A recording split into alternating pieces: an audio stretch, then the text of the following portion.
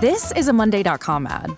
The same Monday.com helping people worldwide getting work done faster and better. The same Monday.com designed for every team and every industry. The same Monday.com with built-in AI, scaling your work from day one. The same Monday.com that your team will actually love using. The same Monday.com with an easy and intuitive setup. Go to Monday.com and try it for free. Yes, the same Monday.com.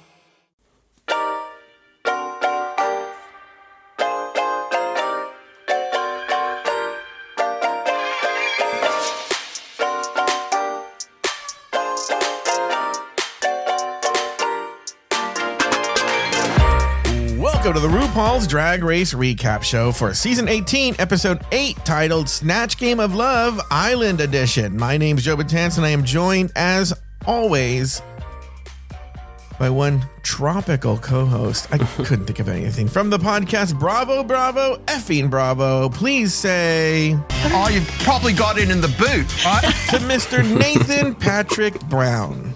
Hello, Nathan. Hey, Joe. How are you? I'm so happy to be here. Yeah, Nathan and I just had a really long conversation about Sweeney Todd and people singing in the theater or something, right? And porn. Can't forget porn. Long conversation about porn over at Just Between Us Girls. That's going to really please our straight portion of our audience. Sweeney Todd and porn. Yeah, go to... Well, again, this is a Patreon plug because this is not on the public feed for a long time. But patreon.com/afterthoughtmedia at the executive tier level and above. Go ahead and check that out. Let's jump right into it. This week, the girls take a trip to the Snatch Game of Love Island. On the runway, the category is 80s ladies. On the main stage, Nini Coco was named the winner of the challenge, while Kenya Pleaser and Mia Starr were placed in the bottom two, forcing them to face off in a lip-sync battle for their lives. In the end, Kenya was told, "Shantae, you stay," while Mia Starr was asked to sashay away. Nathan Patrick Brown, named two things you liked about the episode and one thing you did not.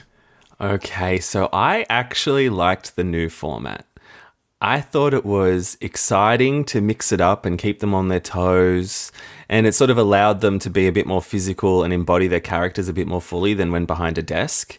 And I also think it was actually kind of easier for them because they could say some of their pre-planned lines in those like pieces to camera and stuff instead of just being like all improv all the time. Oh, I see what you're saying. Okay. So I feel like we got a better Snatch Game than we have had in years past, like recent years past.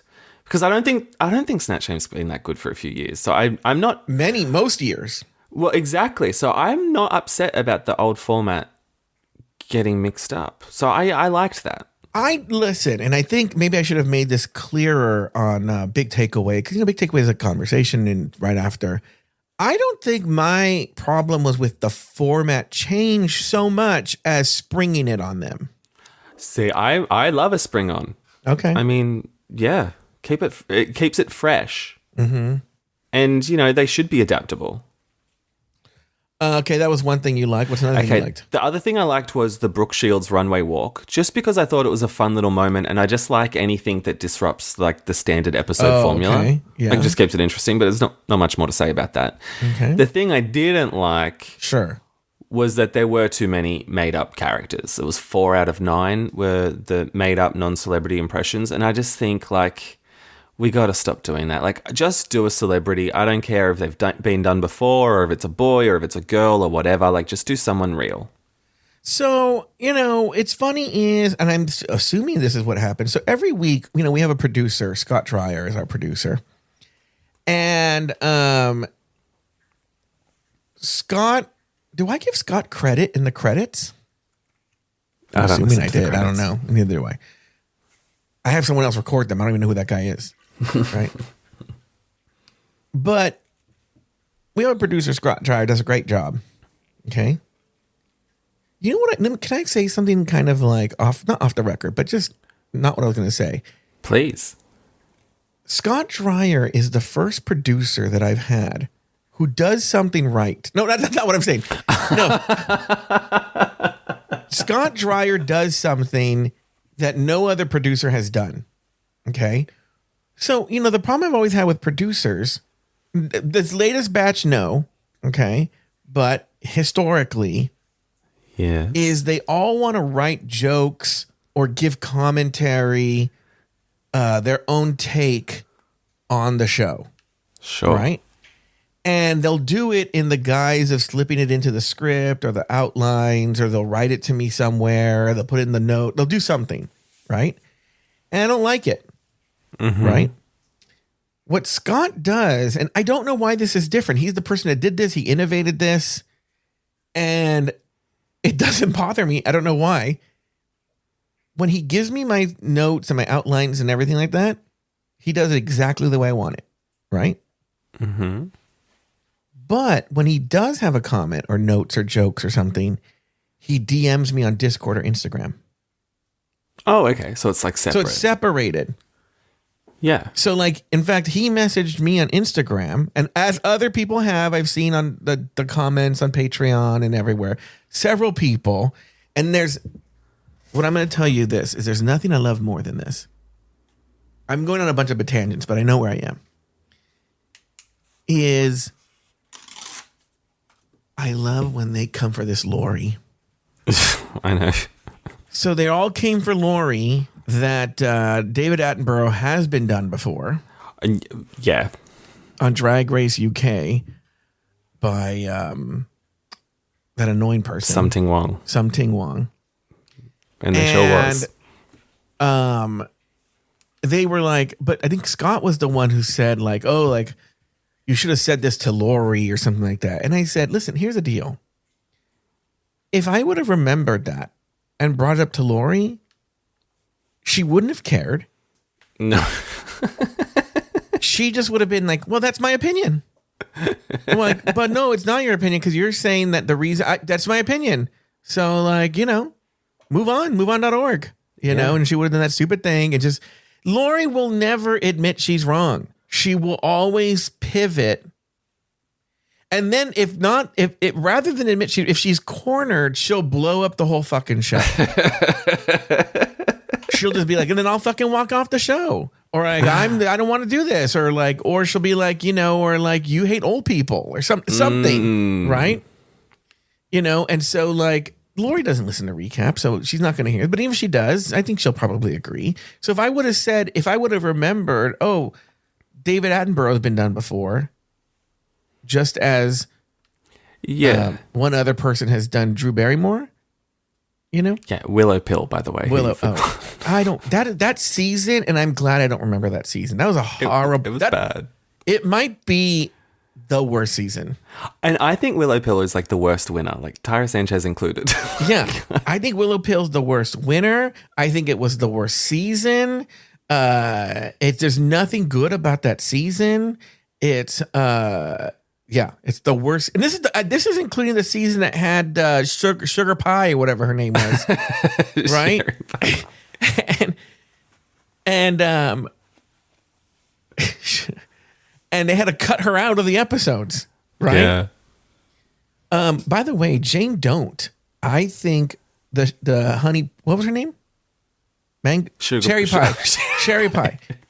I feel the Cherry Pie season would have been very similar to a Jane Don't, where Jane Don't is always at the top, but that she's annoying. I think that would have been Cherry Pie too. But anyway, okay. So what I was originally saying was Scott, when he puts in the outline and he's talking about the Maxi Challenge, he puts in word for word what RuPaul says, which is the easiest thing to do, by the way. The easiest thing to do for explaining the Maxi Challenge is just write down word for word what RuPaul says, and this is what she says, unless he changed it. He says, the queens will bring their best celebrity impersonation to win over 3 suitors in a parody of Love Island. There it is. So what's funny, though, is we know that the producers approve and disapprove the characters. So this is the thing where the producers are now just approving things like the fucking Pope or, Greta or Mrs. Claus. Greta Feta. Yeah, Greta Feta Onassis. And I'm like, this is... No, we can't be making up characters. And what's funny is pick a Pope. Do Pope Leo. You know? Do Pope Francis. I mean, I still laughed a lot at Discord, but it's like you lose points for not doing a person. We're going to get into this when we get to the actual challenge. But yes, it needs to be celebrity impersonations, first and foremost. Because the people who do pick a celebrity, it's a harder job for them. And so when they succeed, it's, more, I don't know the word. Anyway, it's like, it's whatever. We get it. Okay. All right. Why don't we do this? Why don't we take a break? And when we come back, we are going to actually jump right into the episode. We'll be back right after this.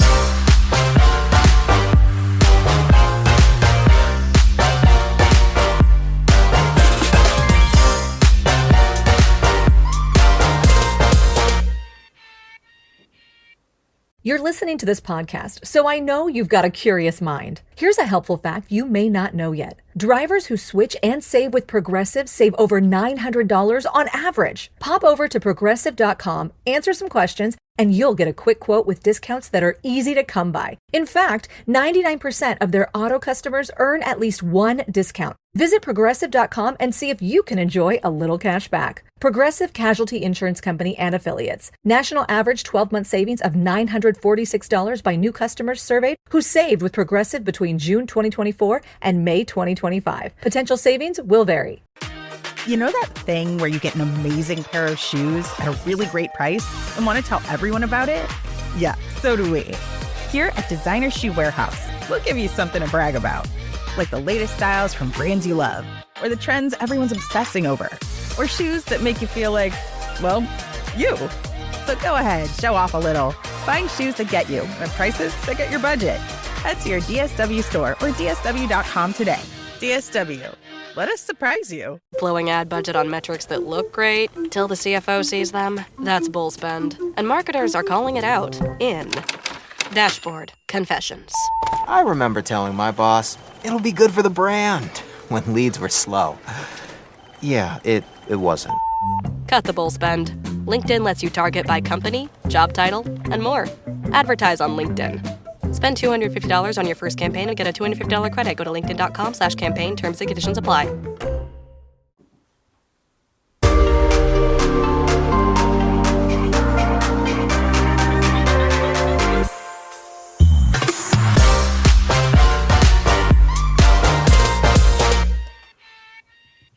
You know what? And just between us girls, we talked about how I've told Nathan that, you know, if it weren't for a bunch of mitigating circumstances, he and I would be in an LTR, right?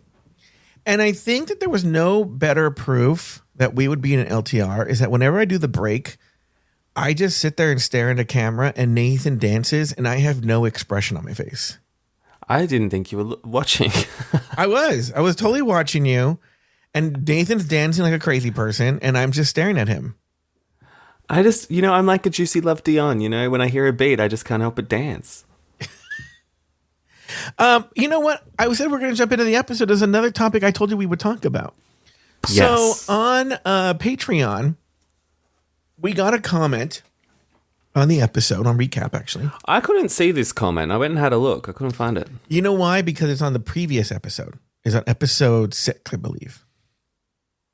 Oh, I wasn't on that one. Yeah, and the person says something along the lines of, do you even like the show? Okay. And I responded, and maybe Nathan can find it and we'll read my response. Yeah, let me see. I would love to hear my words, read by a, Australian voice. Okay, I've got it here. Okay. So this is from, the Raider Queen Part 1 episode. Mm-hmm. And I wasn't there, so Robert was there. So naturally it is more negative when Robert's there. It's a good point, yeah. Mia Madsen. Do you guys even like the show? Double question marks. Fuck off, Mia. It like 90% negative, full stop. And so then you said, it's rare for us to get this comment on Patreon where people are usually pretty aware of the show. I think in the most recent episode, we said we find the episodes entertaining. We like the cast as a whole. The show has lost some of its sheen because it's fallen into lazy tropes. I don't think we have said anything mean about the show itself. I think there are certain characters each of us don't like, but that's true with any TV show. So let me turn the question on you. How would you do the show? In fact, right now, right here, I'm inviting you to be a third co-host on the next episode. I want to hear the episode you would do. I'll let you produce and run the show and everything. And I won't be mean, I'll be nice. I'm giving you the opportunity to make the show you want to hear with a producer and co-hosts and a script and an instant audience. I'll even release it on the public feed. Send me a DM. Yeah, and then you said, just to reiterate, you won't have to do any pre-work except watch the episode. Everything will be done for you. Yeah. I'll give her Scott. Scott will do whatever she wants. And I will run the show the way I usually do because that's the one thing that does take some skill to move the show along, But other than that, it's her fucking show. And I'll be very nice. Nathan, you're a nice person, and you'll be very nice. And it literally will be like, Nathan, you say your thing, and then I'll go, Mia, name 2 things like about the episode, 1 thing you didn't. Because what I postulate is when you watch the show, you have to talk about it. You shift into a critical eye. And when you go on a podcast, if you want to have anything to say, it's going to be talking about what can be improved. I mean, you wouldn't listen to a show where it's like, everything's great. Totally. And with like that episode in particular, with the Raider Queen being split up, like there were structural issues on the producer's part on that episode that like you had to call that out. Well, that's the thing with this. We've said multiple times on this season, the queens are very talented. The queens are very seasoned. There's no really true duds. Well, if they are, they're gone. DD Fuego, but there's no real true duds, and a lot of it's working. And so to me, the part that's not working is the behind the scenes stuff, Yeah. So. Well, I mean, to answer Mia's question, for me, yes, I like the show. What more do you fucking want to hear than that? Yeah. Well, I think I would like to hear that I've asked you, like, what happened to you last night that you would answer.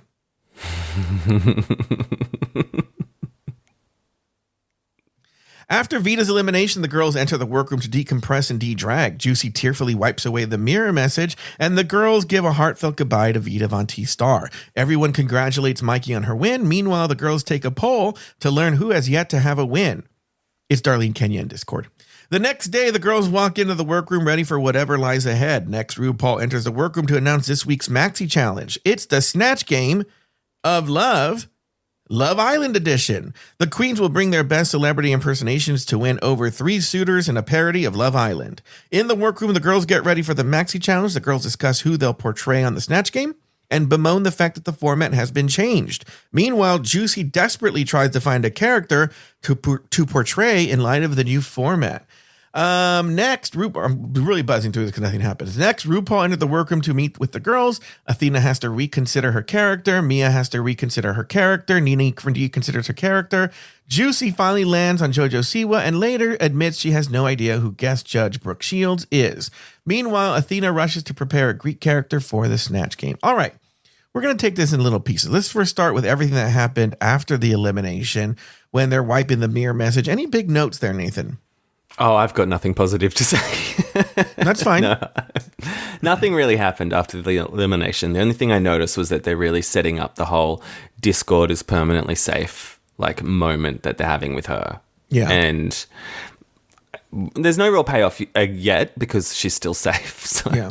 We'll just have to keep an eye on that storyline. So as Juicy's wiping the mirror message, she says, well, first of all, I should have written down the exact quote. There is a part where she says, and I feel really bad, but, and there's a long pause. I thought she was going to be like, Vita's gone. And no, and she's like, one more time, can we say, Vita, Vita, Vita, something, something, eat You know you want to eat her? Yeah.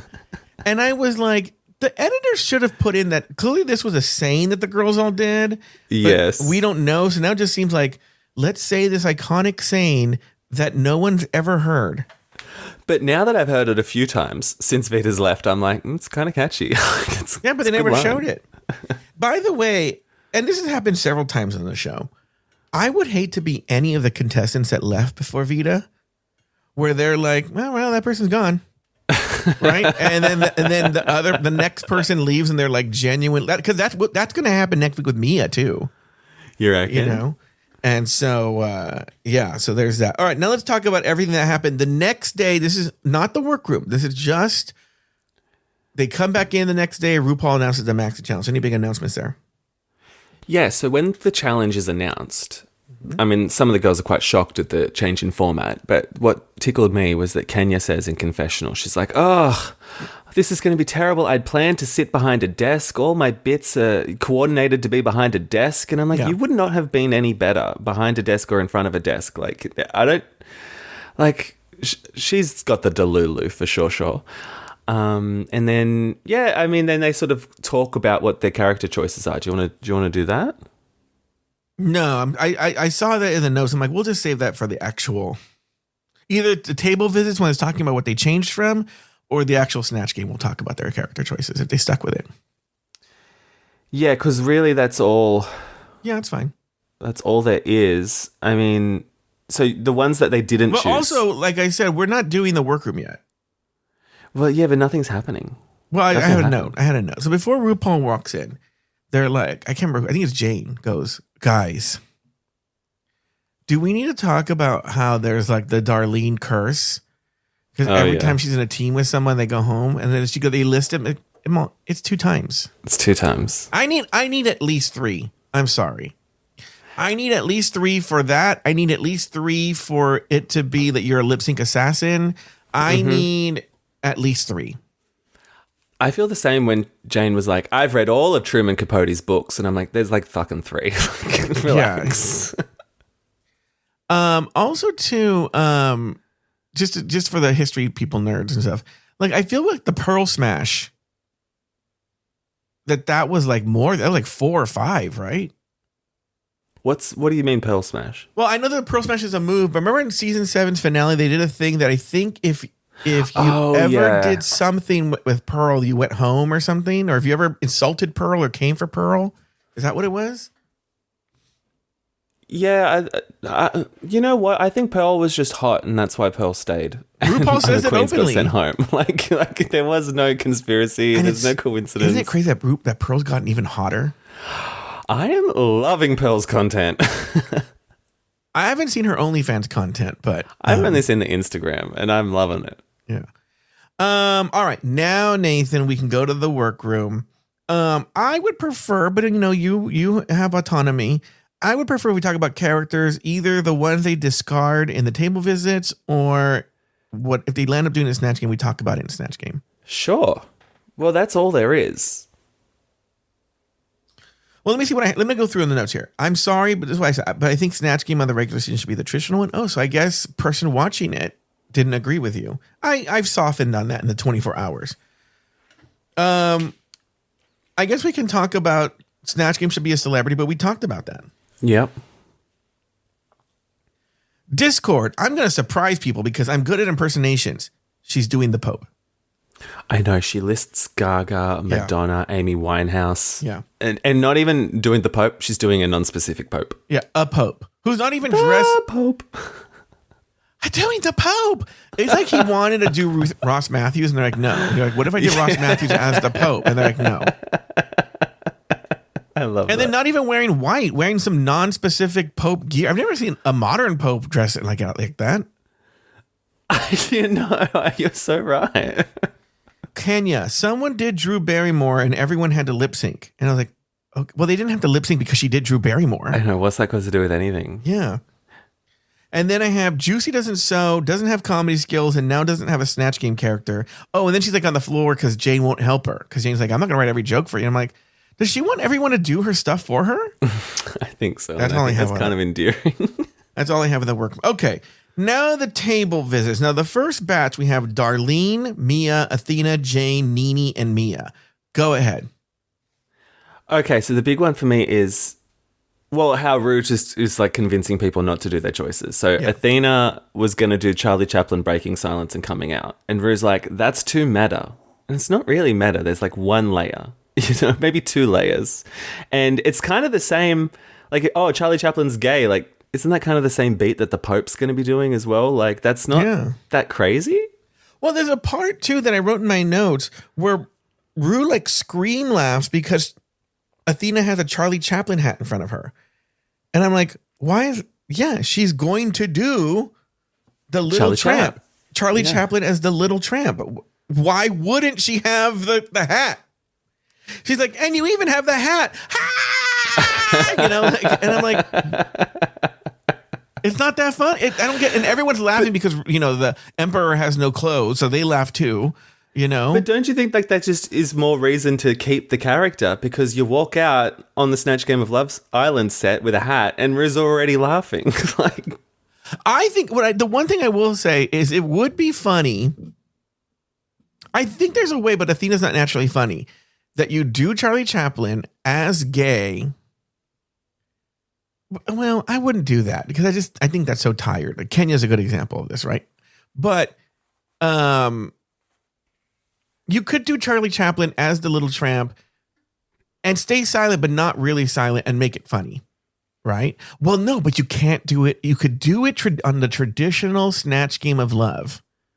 I don't mean it's traditional Snatch Game with the little writing on the answers. Yeah, which is probably what Athena was kind of. Athena was probably going to be gay Charlie Chaplin and write it on the cards, right? But then they're like, no, Snatch Game of Love. She's like, okay, well, now he's going to talk, right?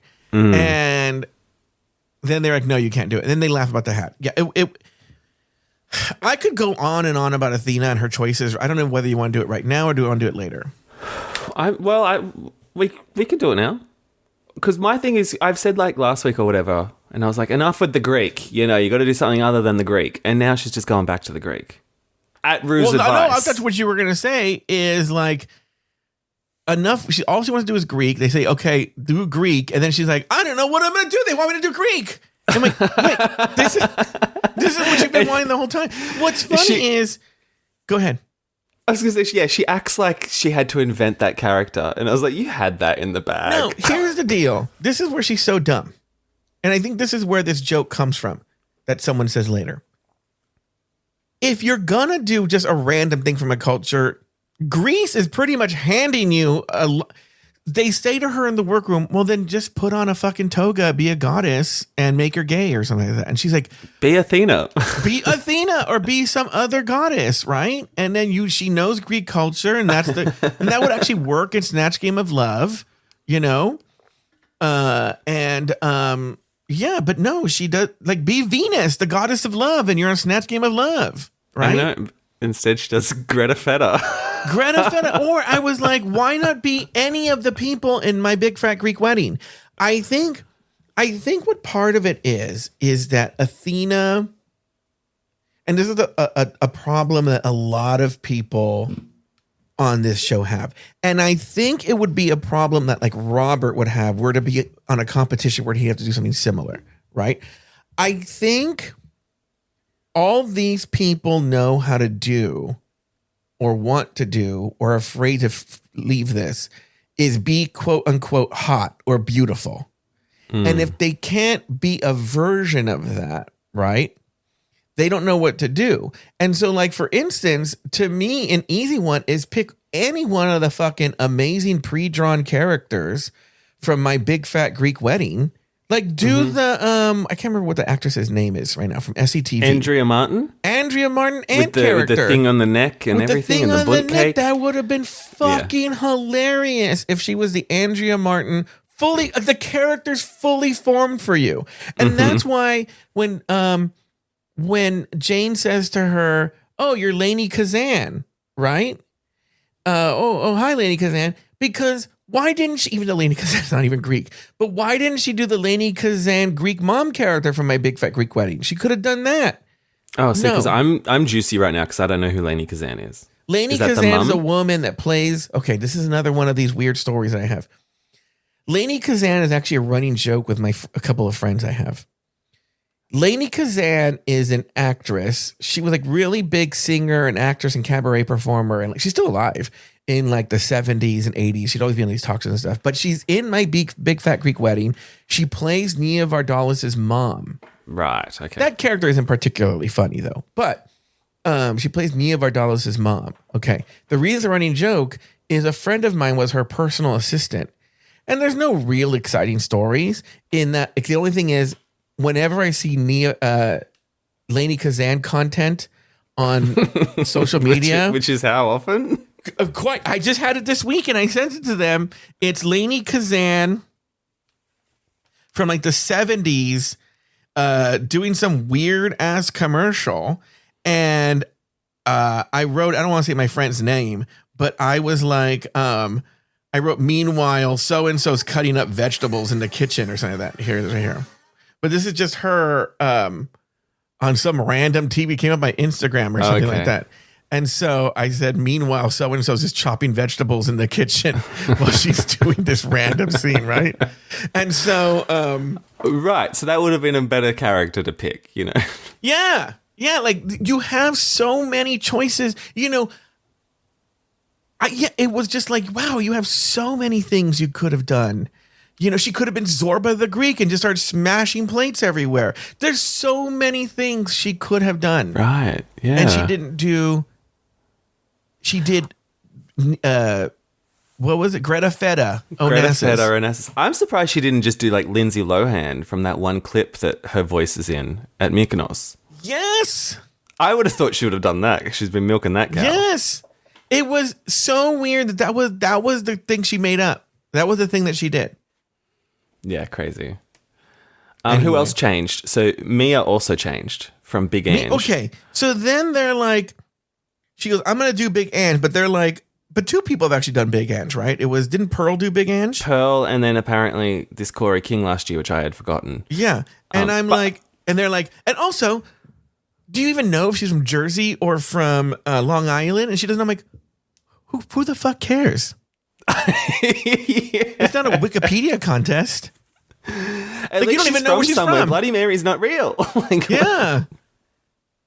And then I think Rue was being an outer saboteur to Mia in that moment. Yes. You should be Bloody Mary. I'm like, I would ask Rue the same question she asked everybody else. How do you volley with that?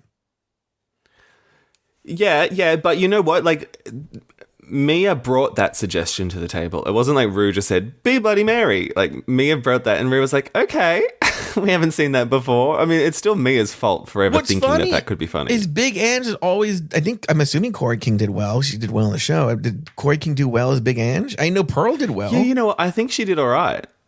Yeah, I think when people do Big Ange, they do okay. So I don't know why you would stray from that. Look, honestly, Mia still would have been shitty. Yeah, but it could have been. Why didn't she do J-Lo? Oh, well, because then it gets into this whole like. Oh, yeah, that's right. By the way, to finish my point, like I think if Robert was on one of these shows and they had to do Robert would only know how to do like, oh, I'm shirtless. Like Robert could never do anything where he would have to look silly or not hot. Thank you. Why are you so silent, Nathan? I don't want Robert to be mad at me. Robert doesn't listen to this show. All right, next batch of people, we have Discord, Kenya, Mikey, and Juicy. Discord, Kenya, Mikey, and Juicy. Any thoughts here? Only that I was relieved to see Juicy bring to the table the JoJo, and that she had like that. I felt a little gaslit because of all that like scene before where she's like, I don't know who I'm going to do. Maybe America Ferrera, rah, rah, rah, rah. And I'm like, oh, you had a JoJo outfit and a JoJo wig and a JoJo characterization and JoJo lines. Like, why wasn't this brought up before? We never saw how she got to JoJo. It was all of it Becky G, and I was like, oh God, right? Yeah. So that's what I'm thinking. She always had JoJo. Yeah. Which I think is an actually good pick for a character for Snatch Game. I'm going to tell you, I said it on Big Takeaway, and I'm jumping the gun here. We're not there yet. Oh, you're right. You're right. Did you know who Brooke Shields is? Yes, from Suddenly Susan mostly. Yeah, so here's a weird thing. Reference. Here's a weird thing that I will give is Brooke Shields had her peak even when I was a little kid, right? Like her peak was like mid-late 70s, early 80s, you know? And from the mid 80s on, I mean, she's like, yeah, she is an icon. There's controversy online about, when Rue came up for the main stage and she said, what was your first kiss? Because Brooke Shields has written about how she was sexualized as a young girl, and obviously she was okay with it, but like it was kind of weird to go there. Yeah, particularly since they could have said anything other than like, what was your first kiss? Like they could have said anything else. Yeah. You know? But unless she wanted to bring it up? I don't know. And then we talked about the Athena part, and then is it weird that Juicy doesn't know who Brooke Shields is? No, and I got the impression throughout this whole episode and throughout the Untucked that Juicy doesn't know anyone. Yeah, but I kind of feel a lot of people in their early 20s wouldn't know who Brooke Shields is, unfortunately. Yeah, that's fair. I don't think that's that weird. She hasn't really been in the public eye a lot. She's had her own little weird things, when she writes about her youth. But the only people who'd be interested in that are people who already knew about Brooke Shields. Totally. Yeah. But I still think she was like a big get for the show. It is a big get. Yeah. Step up from Leland. She is a fashion icon. She was the moment, But anyway, all right. Now we are actually at the Snatch Game. Yay! Round was the Snatch Game of Love, where then they bring out these three hot. Let's talk about the three hot guys first. Did you find any of them hot? I found all of them hot. I mean, that Zayn had been on before, and I've found him attractive. Froy, I'm struggling with the name Froy. Like I can't really get on board with that. And then I thought the other one was probably the hottest one. But I've done some digging, and I found out that Froy and Zayn are dating. So they're actually dating. They're dating, yeah. I wonder if they're dating from that, because their interaction on there was kind of like when he was like, okay, and they like kind of like give like a bro hug. Yeah, I don't know if they were just trying to like play up the broiness. Okay. Like the Love Islandiness. And then the other guy, I can't remember his name. He's either currently in O'Mary or was recently in O'Mary, and I was like, really? Oh, that's fun. Okay. So he seems cool. But yeah, he was hot. I liked the beard. It's hard for me because he looked a lot like Jay's boyfriend, Paul. Right. So I was like, that's so weird. Not exactly, but definitely very similar. Mm-hmm. Very similar. So who's your pick? If you were on Love Island, who would you try and probably date? Froy. Froy. Can't with that name. Okay, so in the first round, we have Greta Feta Onassis, Athena. We have Truman Capote, that's Jane Don't. We have Bloody Mary, that's Mia Starr. We have Sir David Attenborough by Nini Coco. And then we have Mrs. Claus, that's Darlene Mitchell. What were your thoughts here, Nathan? Do we want to go one by one, or are we Sure, talking let's start with Greta Feta Onassis. Let's start with Greta Feta. Okay, so I didn't like the character, but I'll give Athena this, like the character was there. Like she was consistently in character the whole time. And that's pretty much all the credit I can give her. I got nothing better to say other than that. You know what's so funny is I write my real-time thoughts as I'm doing it, and I rarely go back and revise them. And I had, obviously she's the first one out, so I just wrote awful. But when I look back on it, I'm like, oh, actually, she was fine. The safe determination that she got, yeah, was that's fair. The correct one. It wasn't the greatest. I didn't like the made up character, but she was serviceable.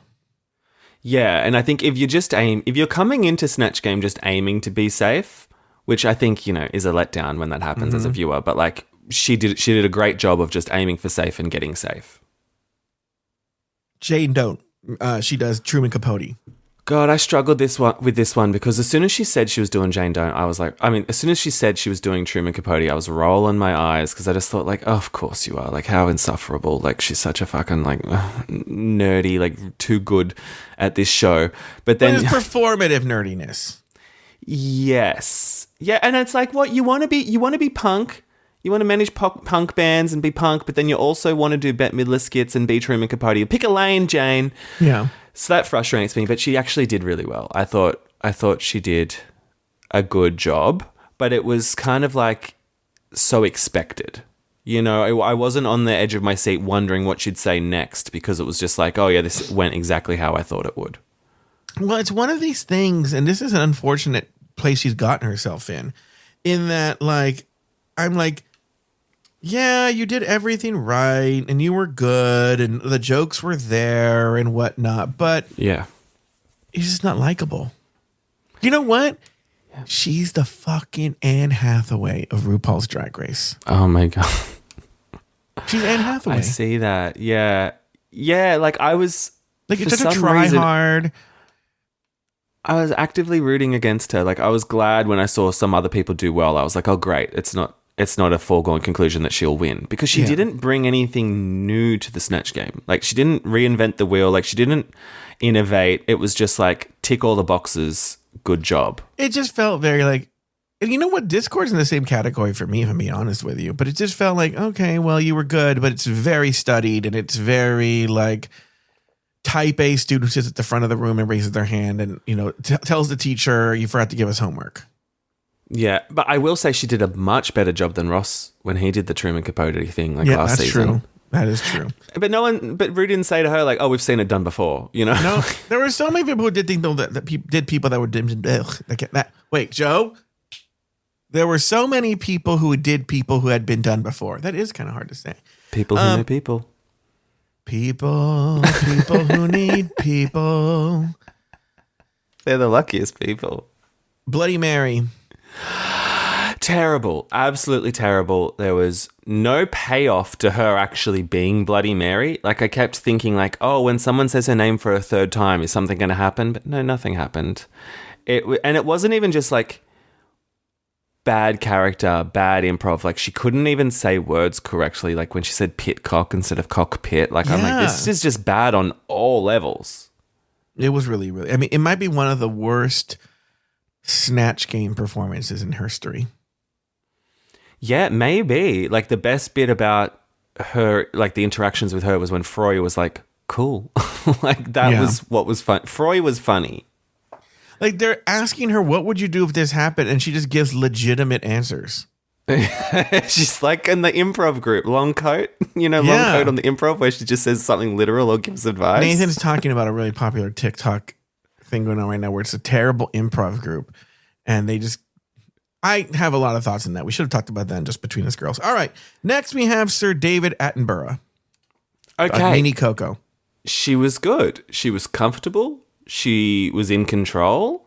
She wasn't super funny, though. No. Like, I don't think she was the best. I do think she was in the top category, but, like, I was shocked that she won. Mm-hmm. But I can't explain why. I guess I just didn't laugh that much. Well, what was weird about it to me was it wasn't going all the way in a bunch of things. So what it was it worked, but are you making this 100-year-old man who's still alive a homosexual, or is he not a homosexual? Then lean into him being gay, but she's kind of like dancing with it. It was very, very strange. Mm. And then there was like a little bit too much Austin Powers in there. She's like, well, then we'll just shag, baby. And I'm like, is David Attenborough Austin Powers? And then finally, Mrs. Claus in this round. This was a flop. This was horrible. And she did not enjoy it. Editors and RuPaul must love Darlene Mitchell because it was awful. We barely see it. They intentionally don't show it to you because I think they're not ready for Darlene to go home, and they knew that it should have been Darlene versus Mia. But I think they wanted Mia to go home, or I don't know what it is. See, yeah, because I was thinking maybe Darlene was like the third bottom. Not bottom two, but like the next one. But that's based off of the information that they showed us. But we did not see a lot of her. We mostly just saw her laughing to other people and just like breaking character, which... I mean, it's kind of funny, but like, yeah, it was not good. Mm-hmm. And what we did see was very one note, where she was just like grumpy old lady who's also horny. Yeah, it wasn't good. And I just don't, it wasn't good. I think we saw a lot of RuPaul faking the laughs because I think she was trying to do something with it. I don't know. You said you loved it. I didn't think it was that great. Do you think that the contestants got some of the questions beforehand? No. Okay. All right, let's go to round 2. We have Kenya Pleaser as Lizzo. We have Mikey Meeks as Drew Barrymore.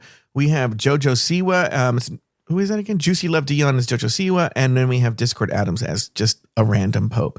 Let's start with Lizzo. Yes. Your thoughts on Kenya Pleaser as Lizzo? I thought it was dreadful.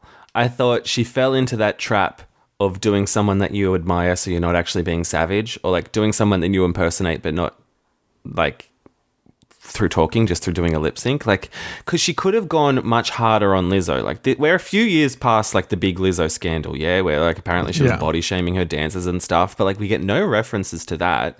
All she was horny, which is Lizzo even that horny? Like, I don't think so. Yeah. Well, it's a crutch. You know, when you watch like open mic stand-up comedians, they often will go very blue, and it's a crutch that people land on when they start flopping and flailing. They will go blue because if anything, when you go blue, you'll get a reaction from the audience. So now they're just trying to get any reaction besides silence. So you go blue to be shocking and to shock them into some sort of reaction. And I think that's sort of what happened here. She went really blue. But that's only funny like when that person you're impersonating isn't sexual, right? Well, but they have to be really funny jokes, and they just weren't funny. What's funny, I do think the show did her very dirty because, or maybe she just didn't do it right or whatever. But Lizzo, playing Lizzo and then doing like a bad flute is kind of funny. Sure. But they made it seem like, oh, look at this crazy person. I'm like, no, that's kind of funny. Well, and I thought when she said like I play a mean skin flute, that was stupid. Like that would have been funny if it was the only sexual thing she said. If there wasn't like a 5 minutes of her trying to like blow a guy before that, like I would have enjoyed that. Let's talk about Drew Barrymore. I loved it. I thought she was my winner because Drew Barrymore was the winner. Right, yeah. She had the impersonation down, but then she also had jokes. Mm-hmm. And I think she adapted to the new format the best in that, like, she was sitting on the couch in a fun way. Like, she was sort of interacting. Like, I don't know, she adapted really well to not being behind a desk instead. Drew Barrymore was great. It was a celebrity impression. She knew the character inside and out. She did a good impression. She was able to, I hate the term volley, but I'm going to use it because of what they use here. She was able to volley with RuPaul and the boys, like, did everything correctly. I thought it was fantastic. Yeah, she was great. Yeah. JoJo Siwa as, Juicy Love Dion as JoJo Siwa. I liked it. You know, like, I thought she had the voice down. I think her pre-planned lines were good. Anything where she was doing the improv sucked. Yeah. She lost it there. But I still found it kind of fun. I think she's definitely like in the bottom half, but not bottom two. Like, I don't think she was as bad as they made her out to be. The only time I laughed out loud was when when JoJo Siwa came out and she was like, said whatever like introductory line she had and then sort of danced to sit down. And that's the only time I laughed out loud because now this may be a thing that I have. There's nothing. I am a fan of the JoJo Siwa train wreck. And I do love two of my favorite JoJo Siwa moments is when she's outside of that, I forget what the name of that restaurant is in West Hollywood that all the celebrities go to, but she's outside and the paparazzi just asked her to dance and she just starts dancing like a crazy person in front of her car. And then what was that dance she made up for? Remember when she was going to be like a bad girl and she made up that dance? I don't remember. Oh, I forgot what song that was.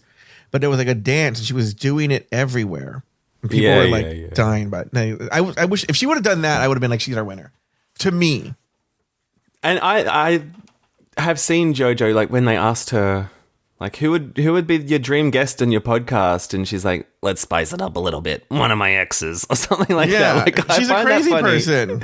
And I think Juicy sort of did it better in the table visit than she actually did on the day. But whatever. I guess maybe nerves got to her. And then the Pope. Discord Adams. Pope. I thought she was funny. I thought it was like terrible as an impression, but it was very funny. And I found myself laughing, maybe not because she was intentionally being funny, but like when she said the thing about like, you know, being on the crucifix for a week or whatever, like It was funny. Everything seemed to be about Jesus and not actually about a pope. Like, I don't know. Yeah, I thought it was really good. I still hold to the theory she wanted to be Jesus, and they told her no, she couldn't be Jesus. But someone's done Jesus before, right? Someone's done Jesus, I think. Maybe they knew what joke she was going to say. I don't know. I don't know. It just didn't really hit for me. I know they were loving it, but it didn't really hit for me. I don't know why. I don't know why. I just really liked it. I appreciate the work. work she put into it, but it's the same problem I had with Jane's Truman Capote. It was very, very studied and just didn't seem in the moment. She had her jokes and she was really clever at working her jokes in, which look, that Drew Barrymore's the same way. She worked in her jokes, but it didn't feel as natural to me. Okay. It just didn't, it personally did not work for me. All right. If she did pick a real pope, would it have been better? With that characterization? No. Yeah. No, because I think the way you do Pope Leo is you do like, he's from Chicago, you do like a Chicago type guy, which is more of a straight thing. Oh, that would be funny. Yeah. But yeah, I don't know. All right, let's go to Elimination Day. It's Elimination Day. The girls get ready for the runway. The girls share their thoughts on their own performances. Meanwhile, Darlene Mitchell opens up about her inability to express her gayness as a child. I will say, I was like, oh, Darlene's going home. But they threw us for a loop. They did a red herring there, and I was like, oh, she wasn't even in the bottom. So I know, but then on a second rewatch, I was like, wait a minute, if Darlene's not even the fucking bottom, why are we wasting time with this story? Like, I couldn't pay attention on what she was talking about. Yeah. I found that a bit dull. Yeah, it wasn't very interesting. I don't think Darlene's a very interesting person. All right, now it's time for the runway. The category is 80s ladies. Nathan, did you have any big thoughts on any of these runways? Yes, I liked the runway category in that it was sort of also like a celebrity impersonation type challenge. So it was a nice counterpart to the Snatch Game. I liked that. My big thoughts are, I thought Kenya's was absolutely terrible. I Oh thought my the God, fabric, it was really bad. It looked so cheap. Only the hair was good. I mean, the rest was so bad. That's why I was like, she's going home. Like, as soon as she walked out, I was like, goodbye, Kenya. I liked Mikey's Olivia Newton-John. I thought, like, yeah, the shoes are kind of fug, but when they showed the comparison picture of Olivia Newton-John, like, that was the shoes she was wearing. So I don't know why she copped so much heat for that. And, like, I don't think that was worthy to, like, not let her win the week because of the fucking shoe. Like, get over the shoe, Michelle. And the other one I really liked was Juicy as Celia Cruz. I thought she looked amazing. And I'd say that's probably the best one of the night. Yeah. Oh, the Celia Cruz you thought was the best one of the night. What did you think? Like, what would be the best for you? The best one to me. Let me look at the thing here. Oh shit, I forgot to do that. Let me look here. Joan Collins, I just want to say, she was like, Joan Collins is the queen of shoulder pads and then doesn't wear shoulder pads. This is I would say, yeah, maybe Celia Cruz, because I didn't really like the Olivia Newton-John look at all. I didn't care about the shoes, but it was the Dolly Parton was nice. They were all good. Yeah, the Dolly was good. Yeah. Yeah, those are my thoughts there. I don't know if I have necessarily a favorite. I just thought it was sort of surprising that you said Celia Cruz. Wait, really? A lot of updates here. I don't know who Celia Cruz is, though, but I liked the look. Celia Cruz is a famous Latina, like, she's I don't remember. I don't know where she's from, but she's like a salsa singer. She used to go azúcar, right? And just like super famous icon in the world of salsa and Latin music. Super producer Scott Dreyer put in all the Instagram handles for the guys. I just saw that right now in the notes. Love that. Yeah. So Froy, you want to know what his Instagram handle is? Is it just Froy? Yeah, it's at Froy. Because no one else has that name, so yeah, like that makes sense to me. But the other guy's name is Chris, by the way. The one Chris. His is the meat skeleton. Oh, sounds gross. I play a mean meat skeleton. Any other thoughts on the runway, Nathan? No. All right, later on the main stage, Nini Coco is named the winner of the challenge, while Mia Starr and Kenya Pleaser are placed in the bottom two, forcing them to face off in a lip-sync battle for their lives. The song, Head Over Heels by the Go-Go's. In the end, Kenya Pleaser lived to see another day, while Mia Starr was asked to sashay away. Nathan, did the right queen win the lip-sync? Were the right two queens in the bottom, and the right queen get the chop? Oh, boy. Let's go one by one. Did the right queen win the lip-sync? No, it's not. Did the right queen win the challenge? No. Oh, you wouldn't have given it to won. Nini. Yeah, I agree. Mikey should have won. And even Jane was better than Nini, I thought. Yeah. A lot of the pick-me's on Reddit are saying that they thought Discord should have won. But I don't agree. I obviously don't agree with that. I enjoy it. You can enjoy a performance without saying that it had to win, Yeah. Yeah, it's true. Were the right two queens in the bottom? Yes, I feel like that was correct. I don't know. I think I would have put, but oh God, no, those were two really bad ones. Never mind. I think Darlene was very lucky this week. Don't forget how bad Kenya looked on the runway. Yeah. Like, it's not often that the runway is that important, but she looked terrible. Well, I also think that's why, though, that's how you know Mia's Snatch Game was that bad. I don't think there was anything she could have done looks-wise, lip-sync-wise. She was going home for how bad her Snatch Game was. And so I guess it goes to my next question. Did the right queen get the chop? I feel complicated about this, right? So I've come to love Mia, but mostly because of her dancing and her lip syncs, right? So, like, it's not a huge loss to the competition that she's not there, because I don't think she had more to show other than just the dancing. So while I like her as a queen and I'd love to, like, see her in person and see her dance, maybe her time was up on this show, and that Kenya could bring a little bit more to the competition in, like, her confessionals and stuff. But when you look at the lip sync, I feel like Mia won. I thought Kenya's outfit was so bad it distracted from the lip sync, first of all. And Kenya's moves were just, like, so chaotic and not very controlled. Like, that dip thing she did was a bit of a disaster. But then again, Mia played air keyboard. So, like, who really knows? Yeah. All right. Any other thoughts? Any other final thoughts? Any big missing points here, Nathan?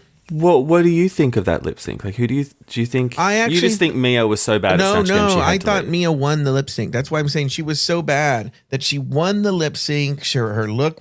I wasn't a big fan of the look, to be honest with you. Like, there's so many powerful 80s women, to do Prince is, like, dumb, right? I kind of thought that they all got told who to do. Oh, really? Oh, who knows? And then, yeah. And so I thought she won the lip sync. I personally did. And so I was like, well, there's nothing Mia could have done.